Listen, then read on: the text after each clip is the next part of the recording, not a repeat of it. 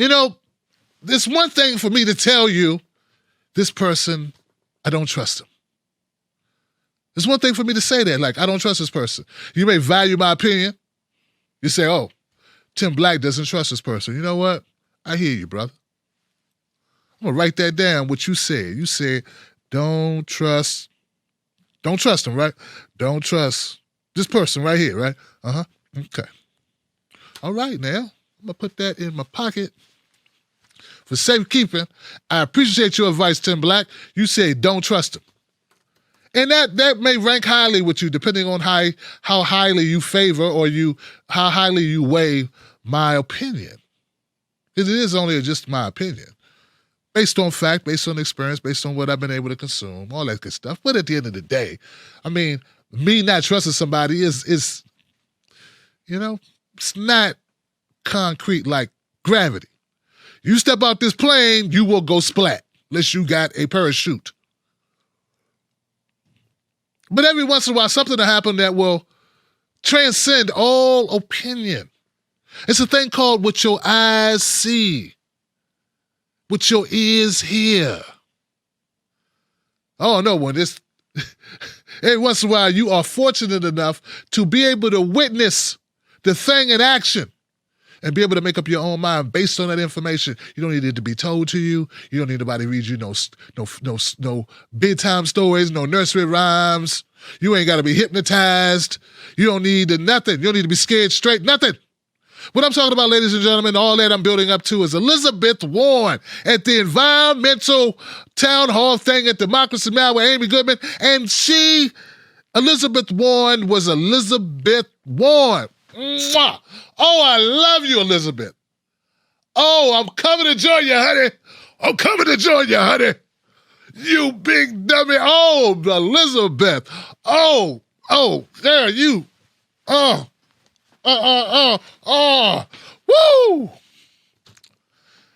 I love you, I love you, I love you. See, I can talk until my face is blue that match my blazer. But nothing tells it like you doing it your daggone self. Doggone it. Gee Willikers,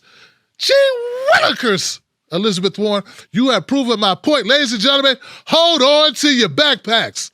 I got for you Elizabeth Warren in the flesh, proving everything I've ever said about Elizabeth Warren.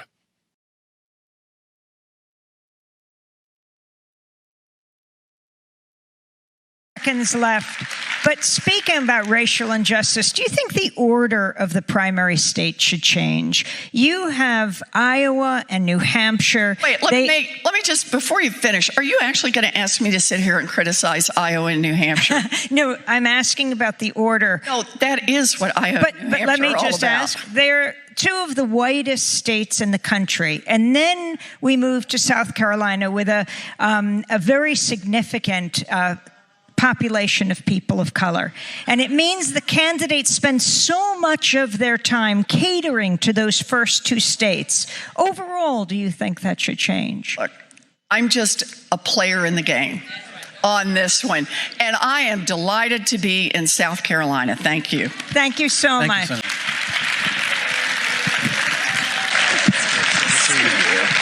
Thank you. Yeah. Yeah. Hey, she wasn't taken out of context. It's not my commentary. It's not my opinion. It's nothing to do with any of us watching. This is Elizabeth Warren being Elizabeth Warren.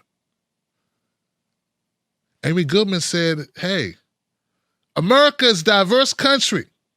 It's got white people and black people and Latino people and Asian people, Native American people. We've got all flavors of indigenous people. We got all these flavors of people. But by and large, based on the order in which our primaries are arranged in the Democratic Party, the decision about who becomes a viable candidate is left in the hands of just one demographic primarily. Wouldn't it be a little more fair if the demographics were more like America? You heard Elizabeth Warren. Hold on, let me stop you right there. Are you expecting me to stand up for something? Oh, my goodness. Gee willikers, Amy. I don't stand for anything. I know what you're doing. Fiddly sticks and gumballs. You're trying to get me to be a leader. You got another thing coming, bucko. I don't lead for anybody. Not for you, and certainly not for the blacks. You'll never get me to fall for that. Leadership garbage. Trying to make me be a leader. Kind of crap you think? Who you think you're dealing with there? Amy Goodman? Gee whiz. Trying to make me be a leader. I know she was in the car all the way home. Gee whiz, you just seen that. Jesus, get me a beer. Can't you believe it? She's expecting me to be a leader just because I'm fighting to be the president of the United States. Doesn't mean I want to be a leader. Trying to make me lead the way or something. The hell is going on here? Jesus Christ. Get me a slushie and let me wash it down with some cool Kentucky whiskey. This is, my gosh, so pissed off I am ready to, my eyes are shooting lightning bolts right now. Lightning bolts. Caramel cookies and marshmallow tweets. Doggone it. I'm fit to be tied on this one, Buster. Woo!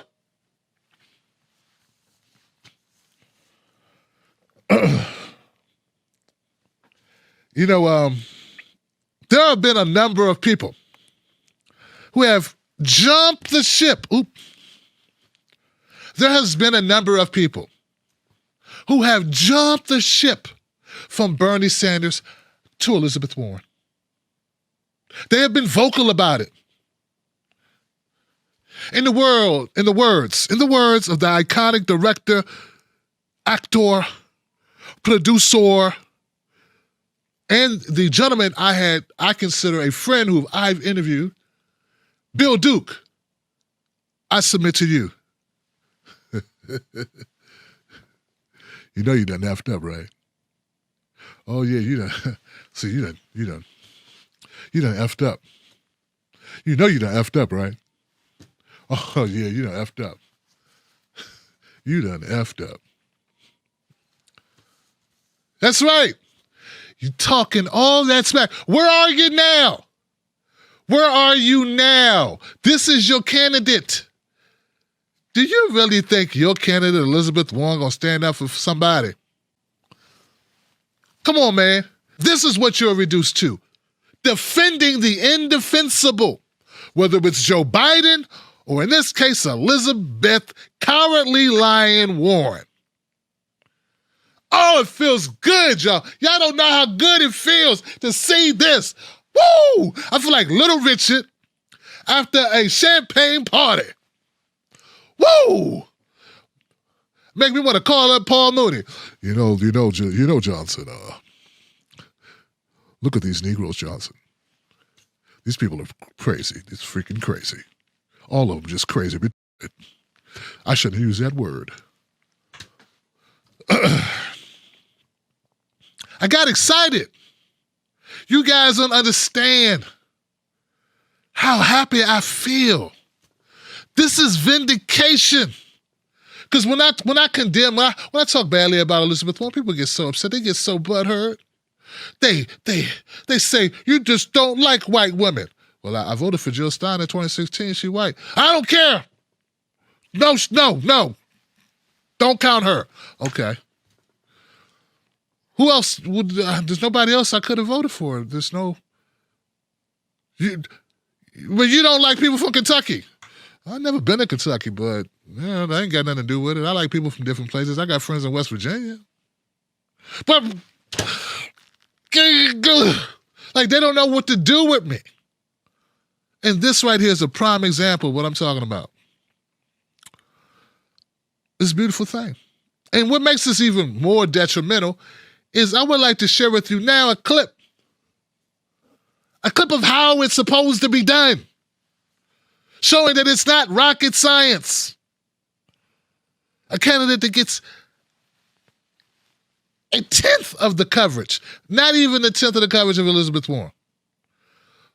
Julian Castro was at the same event. So were a number of other candidates.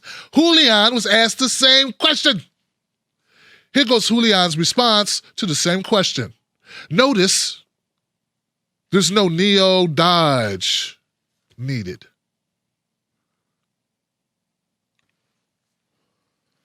I actually believe that that we do need to change the order of the states, because I don't believe that that we're the same country we were in 1972. That's when Iowa first held its caucus first. And by the time we have the next presidential election in 2024, it'll have been more than 50 years since 1972. Our country has changed a lot in those 50 years. The Democratic Party has changed a lot. What I really appreciate about Iowans and the folks in New Hampshire is that they take this process very seriously. They vet the candidates. They show up at town halls. They give people a good hearing. At the same time, demographically, it's not reflective of the United States as a whole, certainly not reflective of the Democratic Party, and I believe that other states should have their chance. So yes, of course, we need to find other states, and that doesn't mean that Iowa and New Hampshire can't still play an important role, right. But I don't believe that forever we should be married to Iowa and New Hampshire going first, and that's just the truth of the way that I see it. We can't say to black women, oh, thank you, you're the ones that are powering our victories in places like Alabama and in 2018, and then turn around and start our nominating contest in the two states that have barely any black people in them. I mean, that doesn't make sense. We can't, as a Democratic Party, continually and justifiably complain about Republicans who suppress the votes of people of color and then turn around and start our nominating contests in two states that, even though they take their roles seriously, hardly have any people of color. That's just the truth. Whew.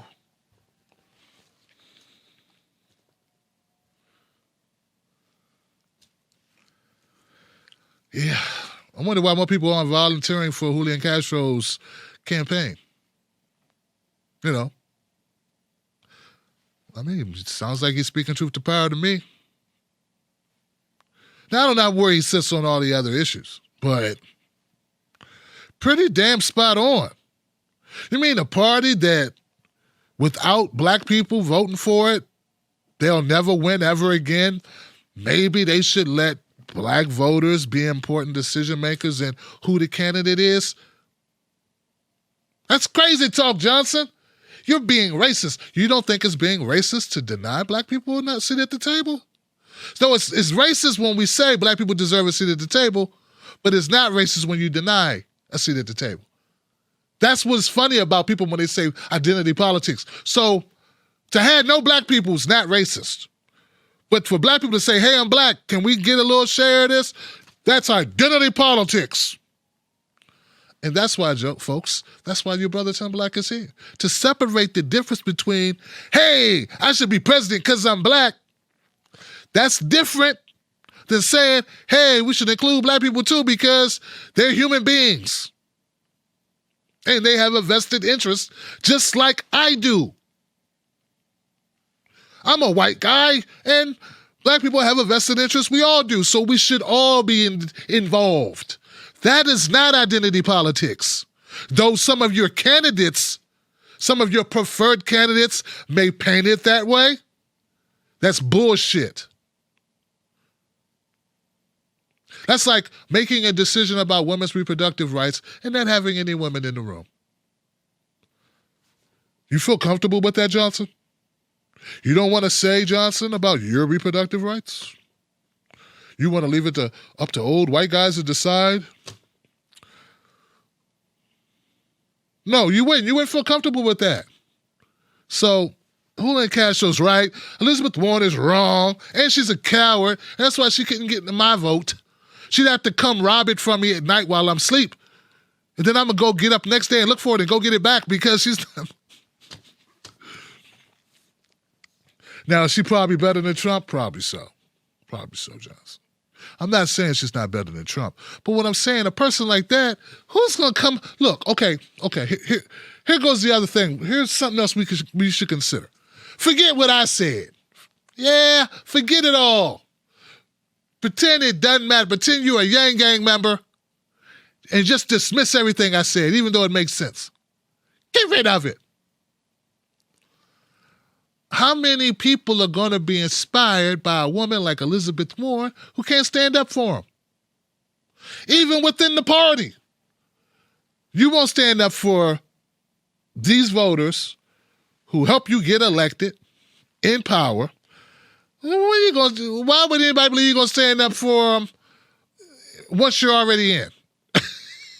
I mean, come on, like, you won't even stand up for me when you're trying to, look, at least a salesman will be nicer to me when they're selling me the thing. You know what I'm saying? Like, just imagine that. Like, you're going to buy something, they're like, hey, well, check this out. Oh, you know, look at it. Oh, look, this is how it works. And let me show you the thing, the slide thing, and the door closing thing. And let me read you the policy thing and take it for a spin. And what radio station would you like it on? And let me show you that I value you, customer. You go, man, they treated me pretty nice. I feel like I'm in a buying mood now. I feel special. Elizabeth Warren's not even interested in doing that. She's like, hey, sit your ass down. Hurry up, I got places to be. God darn it, you take too long to look at the car. Won't you hurry up and buy it? Jesus Christ, he wants to turn it on. Why do I gotta turn on the car for you to hear the motor? Can't you see it's got a motor in it? Are you trying to suggest I sell you a car with no motor? Are ya? Are you, Blackie? Are ya?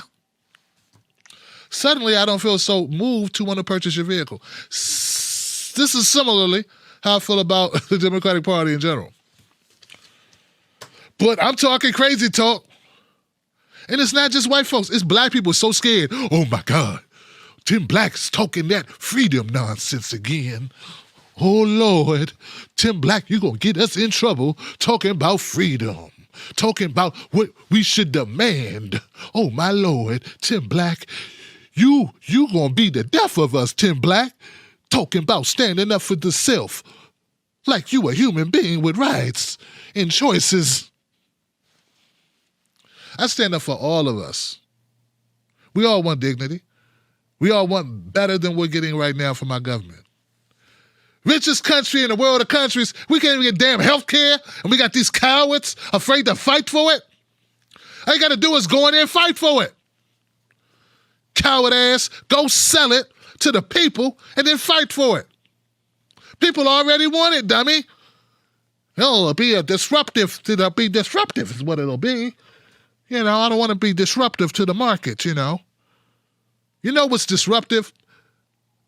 Thousands, hundreds of thousands of people bankrupt every year because they can't afford health coverage or adequate coverage because they get dropped or because they exceed their coverage. That's disruptive. You know what's even more disruptive? Being the son or daughter or spouse to a person who dies unnecessarily due to not having enough insurance or the right insurance. But I digress. You won't even fight about the order of which primaries are organized, which is basically a freaking clerical issue. And I know you're not going to fight to get us out of wars we don't want, end prohibition or mass incarceration, clean up our environment. Nah, you're not going to fight for any of those big things. You won't even, look, if they won't do it on the little things, don't expect them to do it on the big things. Come on, man. It's ridiculous. All right. Did you enjoy that content? I know you did. You got great taste, Johnson. What can I say? Become a member of the Tim Black Wolfpack today right here on YouTube or go to patreon.com, Tim's Take Live, and you'll get free stuff, special stuff, secret stuff. Do it today. Wolfpack.